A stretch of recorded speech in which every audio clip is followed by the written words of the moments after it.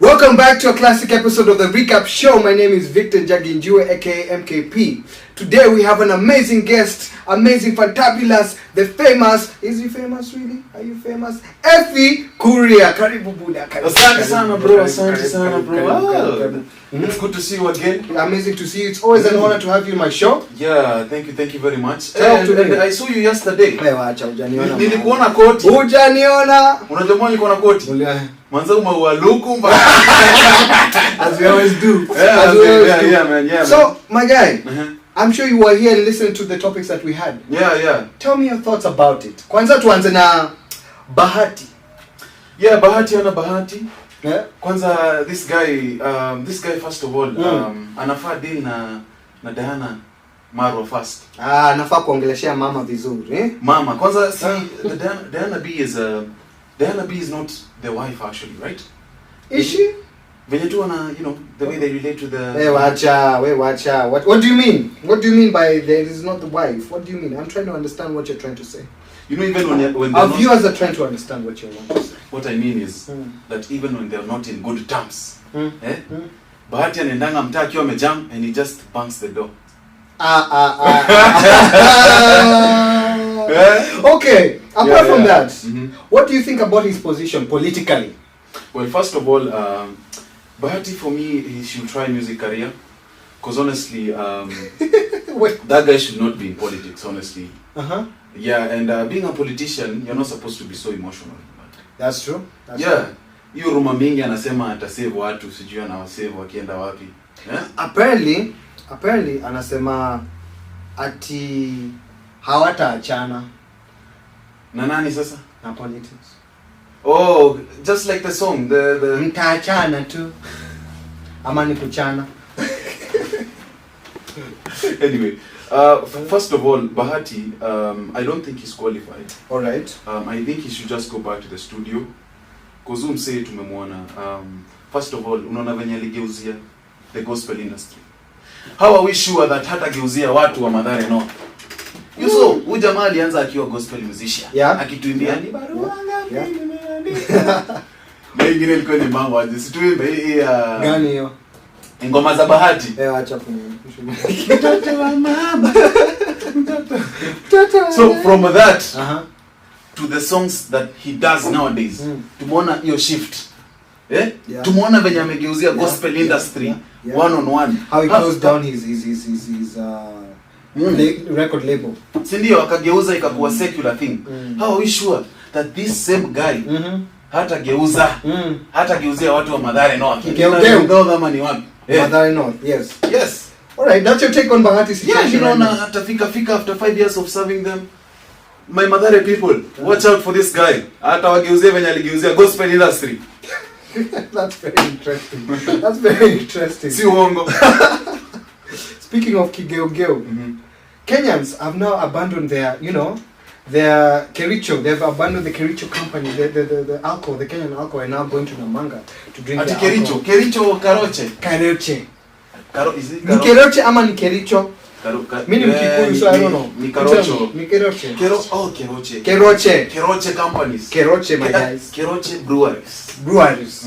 Now Kenyans apparently are abandoning the Keroche breweries and they've stopped drinking the Kenyan alcohol and going all the way to Namanga just to drink alcohol. Kenyan men, so unajua Kenyan men wanapenda kumangamanga. Wanamanga. And second of all, yes. Kenya breweries unajua venye how expensive they sell the alcohol. That's very true. Unapata mtu pombe ile inatagwa aje Guinness Tusk kama ni gani hiyo. They take it for almost 300 bob. Na hapa pombe anaenda nanunua 20 bob. Tell a Kenyans love free things. But here's the thing. Let me stop you there. Now unasema Kenyans will love free things. Si uongo. But they mean napenda free things. I don't know about you. Si uongo. But here's the thing. Can we really blame Kericho for the Keroche for the high alcoholic prices? Ama the taxes. Because I hear 46%. Yeah, the government's taking 46%. You know, with alcohol, things like alcohol, tobacco, easy drugs, they are legalized drugs. Yes. So what the government does Yeah. Go on. Yeah. So what the government does to make sure that the people are not taking, like, consuming a lot of alcohol and cigarettes, so they impose high taxes.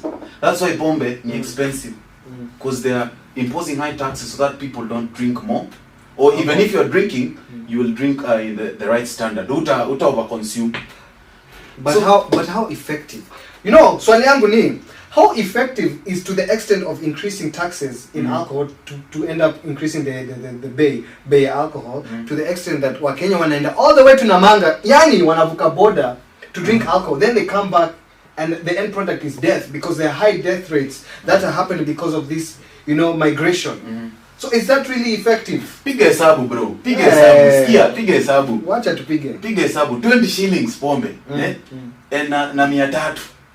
And okay, first of all, huyu jamaa nena Namanga atatumia fare. Tuseme alipe 1000. Ni pombe ya kimoja. Okay. Lakini that 1000 is worth it. That is a very good investment to a Kenyan alcoholic. Hiyo ni a very good investment. Sababu atena na 1000 tunamanga. Akunyonge pombe ya 20 bob daily. With 1000 here in Nairobi, Kenya. Atakunywa kiroche breweries siku 5. Ni mafuta tu ndo atakunywa. 1000 hata hizi kutosha. 1000, my friend, is very little. Now 1000 in Tanzanian shillings, you can imagine how much that is. That's crazy amount. That's crazy amount. When you go with 1000 shilling, wewe unakuwa millionaire huko. Speaking of crossing the borders. Nimeongelea crossing the punchline. The punchline, yeah. Congestina. Do you know exactly what congestina is? I want to understand. How do you know congestina? Congestina, I know, ni ule madam alikuwa anapigana makeyo. Kabisa. Now, are you aware that she's in the streets? Yeah, I heard the story. Nilisikia that she was in the streets. She started getting mad a bit. First of all, I didn't understand. No. Correction. Not mad. She was having a mental breakdown. Atuwaitangi mad. It's a mental breakdown. Yes. Okay. As human beings, we all came from mad. So sorry about that, but yeah. So Congestina, I heard he had a mental breakdown. She had a mental breakdown, and I was really wondering why did she have this mental breakdowns? Like, what was the cause? Na mimi nikasikia watu wengine wanasema ati ni Wajakoya. What? For sure. Ni bangyo, yeah. Others says that the blows were too hard. That it affected her membrane. Yeah. That's food for thought. Yeah, but Congestina's case is very sad. Very sad. For her, mimi namfilia sana.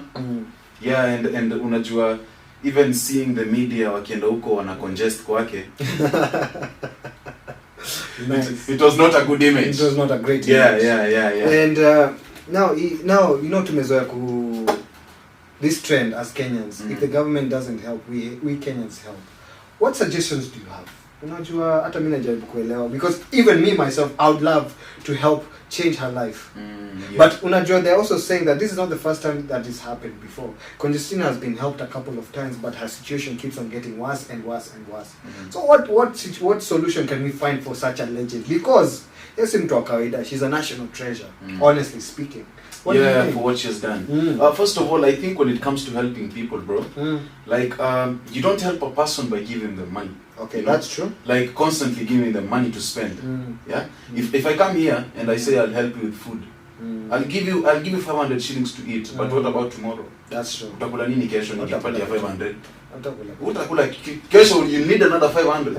Same to the other day, you need another 500. So it's the same case. Unga need to 20. Yeah. So I think what should be done is we should find a way to help Congestina. Or maybe mimi sijui assign contract na serikali. Akuwa napatiwa pension fund kwanza juu I believe she was fighting for the country. She's an athlete like she's all an the athlete. others. Yeah, she's actually like, we can call her freedom fighter. Like Kipchoge. Anafaa iko na freedom fighters. She's a national treasure, like I said. She represented the women. Yeah, nilikuwa napigana mangumi. By the way, acha nikwambie, Konje could fight with a man. That's true. Nakwambia wewe venye unajiona hivyo. Tunasikianga mabibi wewe, Wanyeri. Nice. Kama mabibi wa Nyeri, eh? You have Nyeri women, what they Yes, do. Conjestina was more than a Nyeri woman. Alikuwa combined. He says, my Nyeri friend. man and woman. Nyeri man, Man, okay. Man, I don't know, because men ndo walikuwa wanaonyeshwa maneno. Tu ni kukata shamba. Okay. Yeah, man. Now let's discuss about I'm sure you heard about the TikToker, AC9. Oh, it's AC9, yeah. AC9. AQ9. AQ9. Is it AC9 or my AC? Because I'm seeing his name is AC9. Even if it's AC, he needs to calm down and cool himself. Like an AC. He needs to get an AC because that boy is on fire. What he's doing, eh? Ujamaa bana, ujamaa amechizi bana. Amechizi sana. Have you watched the video? I've watched the video, bro. The guy is eating a bat. First of all, ujamaa ataturudishia coronavirus. Ebola. Ujamaa we've already had enough pandemic. Hatutaki pandemic ingine. Unakumbuka ile time alikula sijui what's this? Downy. Yeah. Downy mixed with soup ya nyama, sijui mixed with sijui nini, alafu juzi ni omo. Did you hear that? Did you see that? Yeah. I wonder what this guy is trying to do. Ama ujamaa anataka kuwa Powerpuff Girls. Because honestly, ujamaa anataka kutengeneza solution alipuke kama Powerpuff Girls. Ama you know these cartoons. But apparently wanasema ni clout ati anajaribu ku increase ratings. Is it worth it to increase your ratings to the point where you damage your own self? Manze, it's not good because the ingredients they use. Imagine. Unakula aje sabuni? Manze, na si ya roho. Not even that. Hata tuongelee the latest video manze. But okay, I know to some countries manze bat ni chakula. Lakini huyu Batman manze anakula bat like without even removing the feathers. The way as it is, deep fried. You know, for him even hata tukimdisa aje. You know what he says? What he says? Batman looking good in the eye. Nice. Wow, dunia yake. Yeye atambui, yeye is in his own world. Unaona? Yeah. Crazy. It's crazy, man. I wonder what his stomach is made of. Me too. Mimi nikikula hapa kwa kibanda tumbo yangu huwa inauma. One time I'm down. God, unafaa uingie nini? Unafaa tu, the more you eat the more unakuwa strong. Ama kuna kitu na hii miraa watu wanakula inasaidia. Kajaba. Jabaration. Kwa hiyo side. Jabaration. Kwa hiyo side. Huyo jamaa amechoka kula jaba. Nanze. Ameanza kukula Batman. But anyway, unajua abat is a mammal. Yeah. Na mushangaa. Nani alisema tutaikula bat? Anyway, I'm not on his side. But some of these things nashangaanga kwani mbona nani alisema? I mean it's not logical kukula bat man. Like think about no, think about it. Eating a bat. Nani alisema? Na kama tungeamka na kama tungeamka kesho ama kama tungekuwa tumezaliwa and today the ancestors decide that a goat cannot be eaten. It cannot be eaten. Utazaliwa ukisema aje, I can never eat a goat. By the way, cheese. By the way. But anyway, well, that's interesting. I'm not on your side. Siko on your side. AQ9. I'm not on your side at all. Hajakoya hapo. All right. Yeah, but the guy is doing his things. Anapata views. Kaka kawaida, you know, do anything for clout. You do anything for clout. You do anything for clout. You know, I also want to briefly discuss about this story that just came in of a Busia man who bought 3 coffins worth 58,000 shillings for himself. Like 58,000 shillings each. Okay, from our sources, we were told he bought them in the period of 2009 to 2012. 2009 to 2012. Yes. Nikali kwa nazika mwili yake, the spirit and the soul. 3 coffins, manze. 3 coffins. Can you imagine that? I wonder, and I really wonder a lot if do coffins have an expiry date? Exactly his reason. His reason for having 3 coffins is this one. The first coffin didn't look as nice as the second one. It was outdated. Can you imagine? Oh, kwa hivyo an update settings. An update system. And speaking of more numbers, for 18 children, you can imagine the reasons why he wants to have 3 coffins. You know, 3 coffins, that means he's burying the soul, the body and the mind. Kabisa, ataki kuachia bibi tu. Anakufa completely. And anaacha his 18 disciples. Nikubaya. And finally, Wajakoya. I want to link him up with ACQ. Unaona vile ACQ hapa ana demonstrate Wajakoya's manifestos kabisa. Wajakoya says he will be exporting dog meat together with snakes all the way to China and different other countries. What do you think of that? Well, for a long time, bro, and I'll say this with a very open heart. Kabisa. We have been eating dogs. Mutura gang! Mutura. This is not something new. This is Nivenye, now it will be legalized. Clearly it's legalizing more than one thing. Yeah. So that it's yani imekuwa chini ya maji. We've seen the Nakuru man who was caught with chijang the anachinja pussy. Just the other day another guy was caught. Alikuwa paka? Yeah, alikuwa anakula samosa. God. He was putting cat meat in some samosa.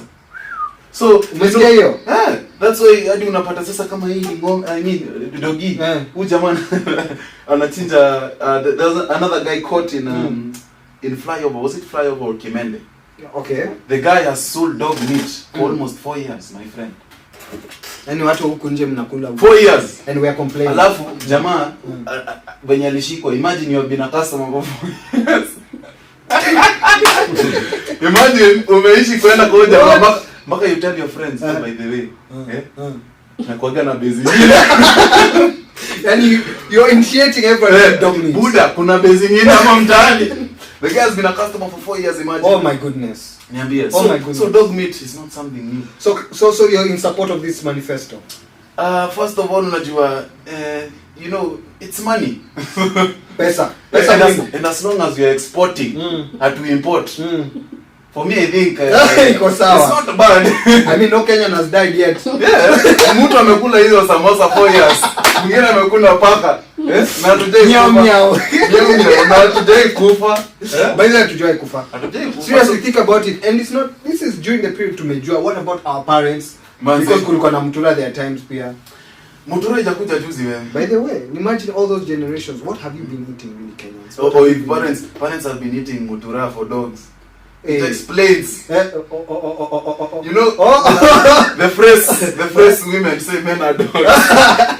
So unajua ni Mutura base unapataga tu wanaume. Yeah, that's true. So maybe na explain why men are dogs. Have you heard that? But ladies, stop saying that. Men are not dogs. We are very nice. Get yourself a right man.